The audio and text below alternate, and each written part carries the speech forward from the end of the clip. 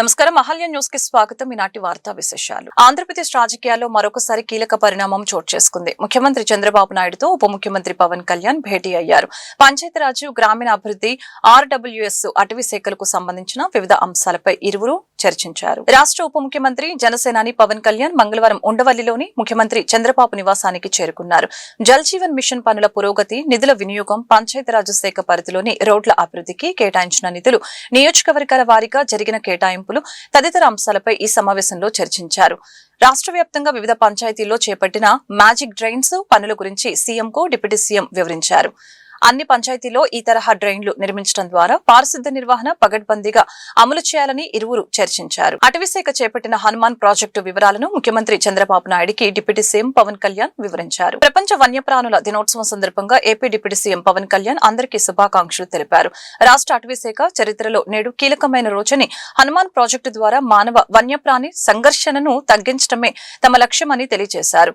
నవ్యప్రాణుల వలన పంట నష్టం, ప్రాణ నష్టం జరగకుండా ఈ ప్రాజెక్టు సహాయపడుతుందని తెలిపారు. ప్రపంచ వన్యప్రాణుల దినోత్సవ సందర్భంగా మంగళగిరి ఏపీఎస్పీ బెటాలియన్ ప్రాంగణంలో జరిగిన కార్యక్రమంలో ఉప ముఖ్యమంత్రి పవన్ కళ్యాణ్, మంత్రి కందుల దుర్గేష్ పాల్గొన్నారు. ఈ సందర్భంగా మానవ వన్యప్రాణుల సంఘర్షణను నివారించి సహాయం అందించే హనుమాన్ ఫౌండేషన్ ప్రాజెక్టును డిప్యూటీ సీఎం ప్రారంభించడం జరిగింది.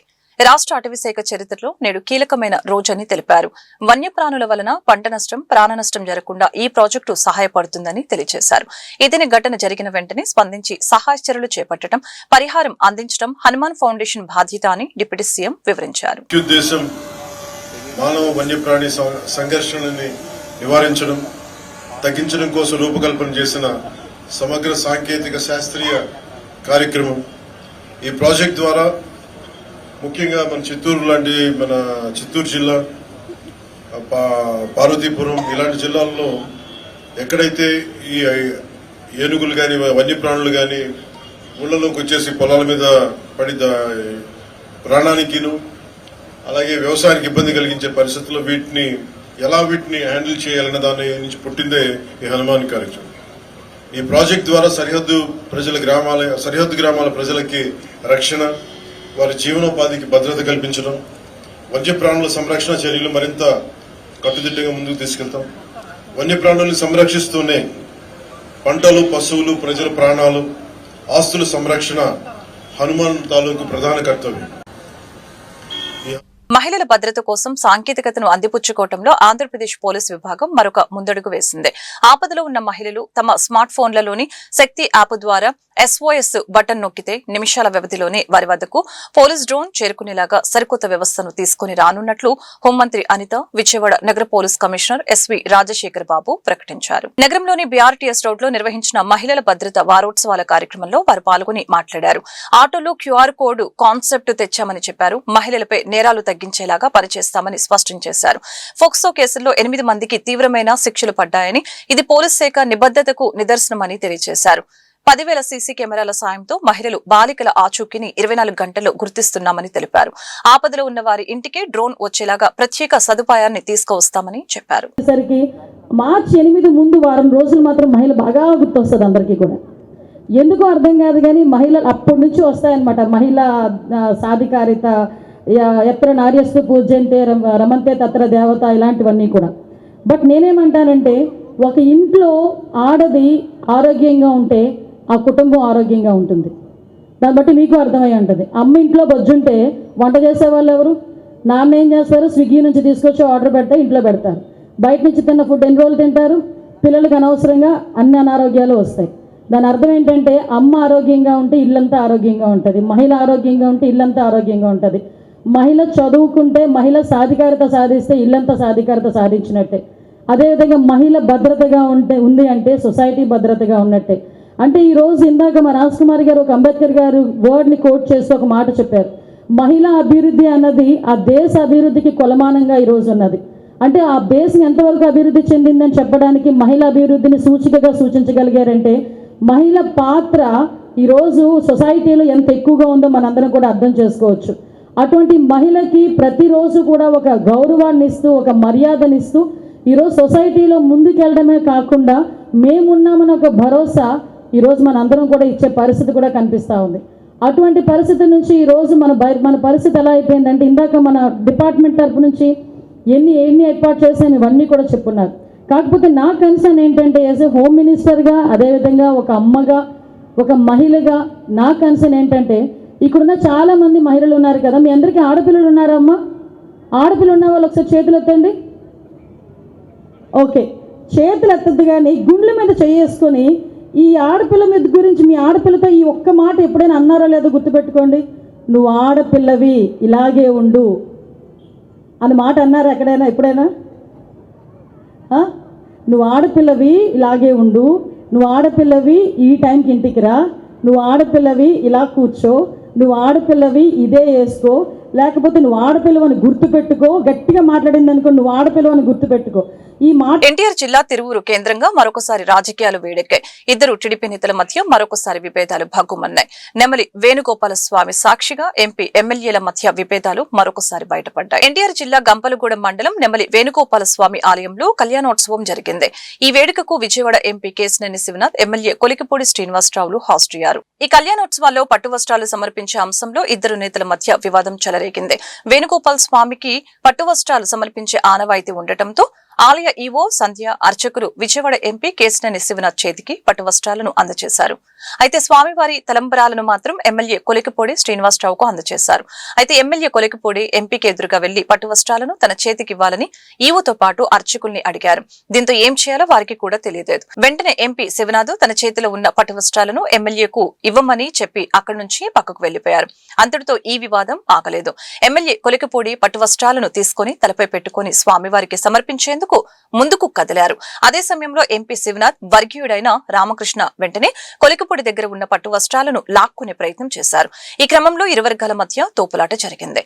వెంటనే ఎంపీ శివనాథ్ రంగంలోకి దిగి టీడీపీ నేతల్ని అడ్డుకున్నారు. వివాదాలు వద్దని చెప్పి అక్కడి నుంచి వెళ్లిపోమ్మని చెప్పారు. ఆ తర్వాత ఎంపీ వెళ్లి భక్తుల మధ్యలో కూర్చొని స్వామివారి కళ్యాణాన్ని తిలకించారు. నెమలి ప్రాంతం సుభిక్షంగా ఉండాలని, మరింత అభివృద్ధి చెందాలని విజయవాడ ఎంపీ కేశినేని శివనాథ్ ఆకాంక్షించారు.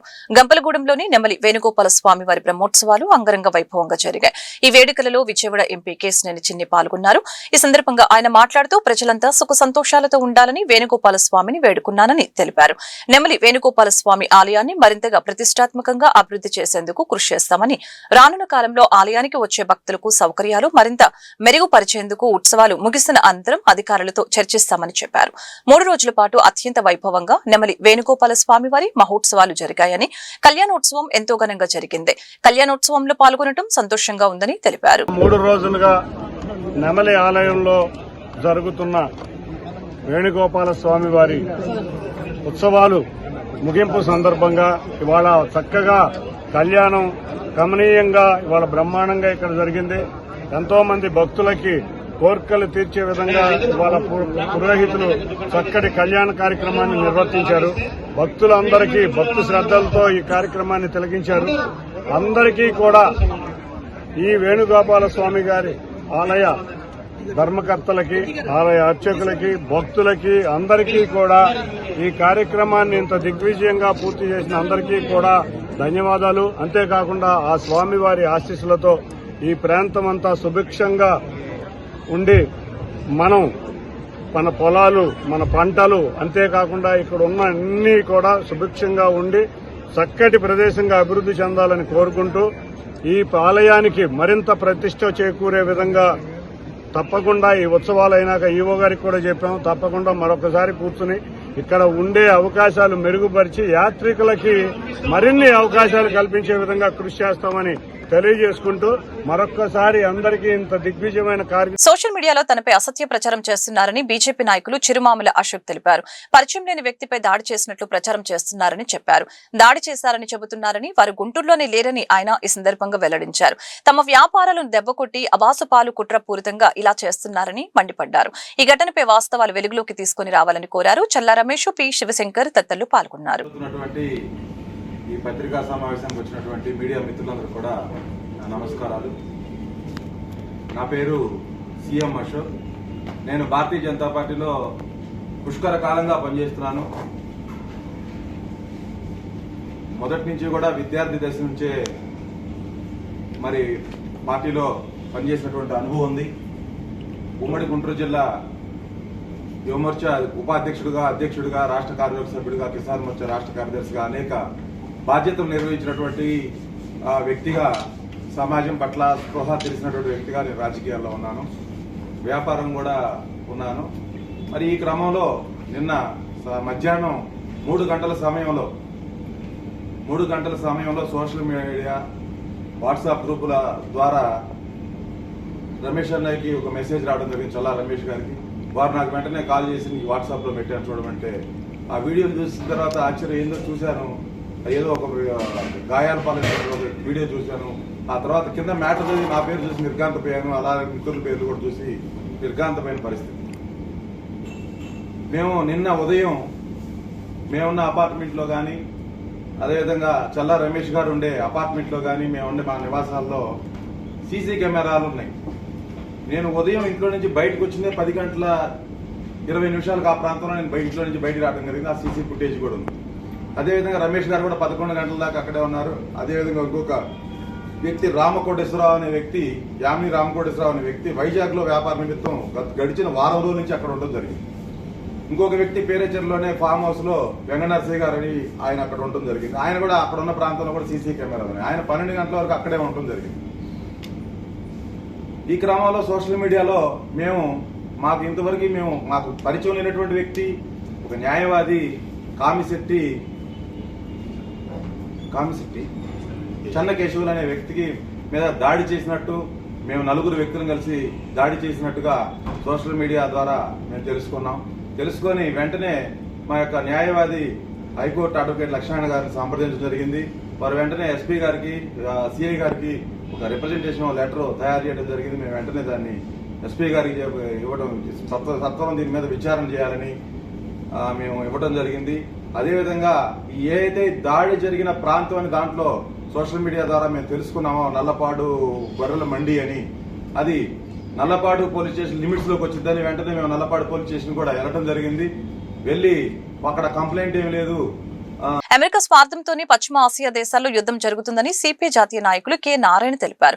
3వ ప్రపంచ యుద్ధంగా ఈ పరిణామాలు చోటు చేసుకునే అవకాశం ఉందనే చర్చ జరుగుతుందని చెప్పారు. ఎవరు ఆరంభించారో వారి యుద్ధానికి ముగింపు పలకాలని కోరారు. అదేవిధంగా ధార్మిక సంస్థల్లో రాజకీయ నాయకులు, ప్రైవేట్ కాంట్రాక్టర్ల ప్రమేయం లేకుండా చూడాలని ఈ సందర్భంగా డిమాండ్ చేశారు. నక్సల్ ఫ్రీ దేశంగా కాకుండా కేంద్ర ప్రభుత్వానికి చిత్తశుద్ది ఉంటే పేదరికం లేని దేశంగా భారతదేశాన్ని తయారు చేయాలని నారాయణ సవాల్ విసిరారు. ఈ సమావేశంలో సిపిఐ నేతలు జంగాల అజయ్ కుమార్, కోట మాల్యాద్రి, మేడ హనుమంతరావు, ఆకిటి అరుణ్ కుమార్, రావుల అంజుబాబు పాల్గొన్నారు.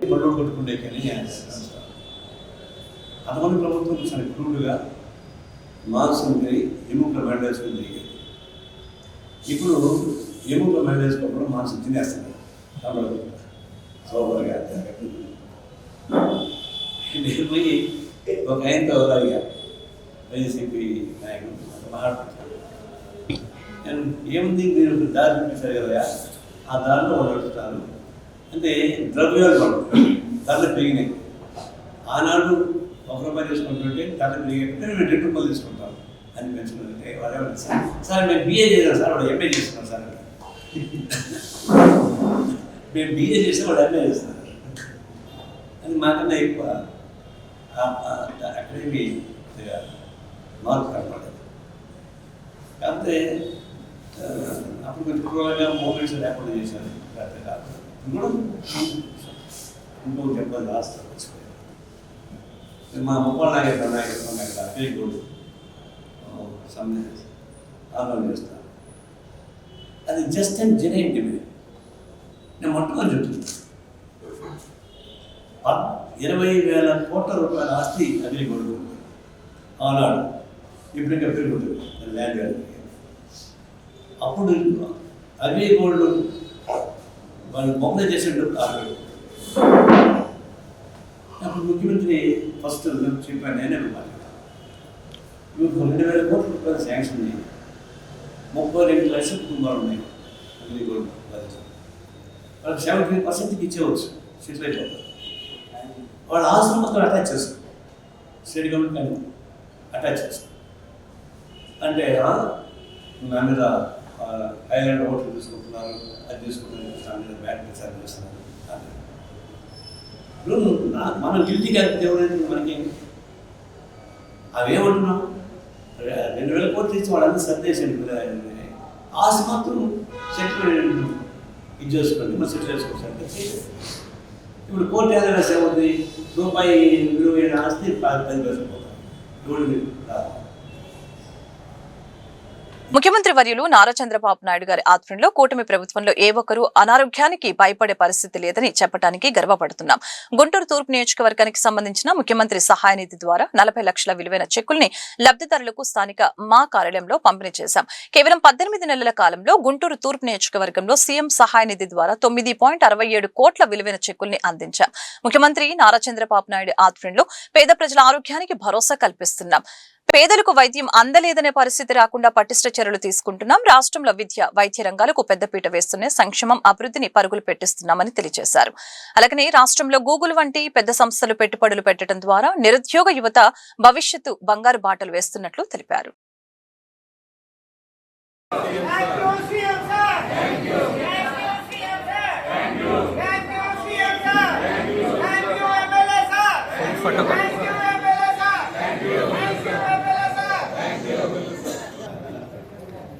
ఎల్ఓసి కానీ అలాగే సిఎంఆర్ఎఫ్ రిలీఫ్ చెక్స్ కానీ ఇవ్వడం జరుగుతూ ఉంది.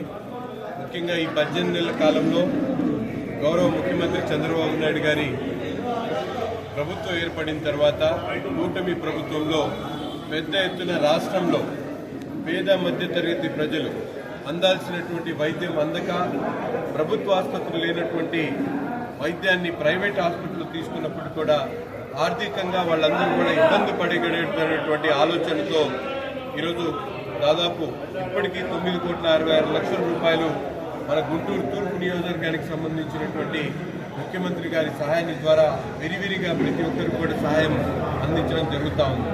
ఈరోజు రాష్ట్రంలో 19,000 కోట్ల రూపాయల వైద్య సహాయానికి సంబంధించినటువంటి బడ్జెటే కాకుండా ముఖ్యమంత్రి గారు ఎన్టీఆర్ వైద్య సేవ ద్వారా అనేక ఆసుపత్రుల్లో మెరుగైనటువంటి వైద్య చికిత్సలు అందించడమే కాకుండా ఎవరైనా దొరకనటువంటి ట్రీట్మెంట్ల కోసం ప్రైవేట్ హాస్పిటల్కు, కార్పొరేట్ హాస్పిటల్కి వెళ్తే అటువంటి వాళ్ళకు కూడా ఆర్థిక సహాయాన్ని అందిస్తున్నటువంటి ఏకైక ప్రభుత్వం మన కూటమి ప్రభుత్వం. ఇటువంటి చక్కటి కార్యక్రమం ద్వారా అనేక కుటుంబాలు ఈరోజు వైద్యం అందక ఇబ్బంది పడేటువంటి కుటుంబాలన్నీ కూడా ఈరోజు మాకు ఒక పెద్ద దిక్కుగా ముఖ్యమంత్రి గారు ఉన్నాడు, ఈ ప్రభుత్వం అండగా ఉంది, మాకు ఎటువంటి ఇబ్బంది లేదు, ఆర్థికంగా ఇబ్బంది కలగకుండా వైద్యం చేయించుకునేటువంటి ధైర్యంతో ఈరోజు రాష్ట్రంలో ఉన్నటువంటి ప్రజలందరూ కూడా ఎంతో సంతోషంగా ఉన్నారు. అంతేకాకుండా మనందరం కూడా చూస్తూ ఉన్నాం, ఈరోజు కేవలం సహాయ సహకారాలే కాకుండా సంక్షేమ కార్యక్రమాల్లో కూడా పెద్ద ఎత్తున గతంలో చెప్పినటువంటి అన్ని కార్యక్రమాలు అందిస్తున్నటువంటి ఏకైక ప్రభుత్వం. ఒక పక్కన సంక్షేమ కార్యక్రమాలతో పాటు అభివృద్ధి, ముఖ్యంగా మనందరం కూడా చూసుకుంటే గతంలో 18 నెలల కాలంలో చేసినటువంటి అభివృద్ధి గత 5 సంవత్సరాల్లో జగన్మోహన్ రెడ్డి గారు ఏ విధంగా ఈ రాష్ట్రాన్ని నాశనం చేశాడో మనందరం కూడా ఒకసారి ఆలోచించుకోవాల్సిన అవసరం ఉంది. అమరావతి లాంటి రాజధానిని 3 ముక్కలు చేయడం కానీ రాష్ట్రంలో ఒక కొత్త పెట్టుబడి కూడా వచ్చేటువంటి అవకాశం లేకుండా చేసినటువంటి పరిస్థితులు. ఈరోజు ఐబీఎం 350 కోట్ల రూపాయల టర్నోవర్, 350 కోట్ల ఎగుమతులు చేసేటువంటి విధంగా వైజాగ్ లాంటి నగరంలో ఐబీఎంతో పాటు గూగుల్ లాంటి సంస్థలు కూడా పెద్ద ఎత్తున కార్యకలాపాలు మొదలు పెడుతున్నటువంటి పరిస్థితులు ఉన్నాయి.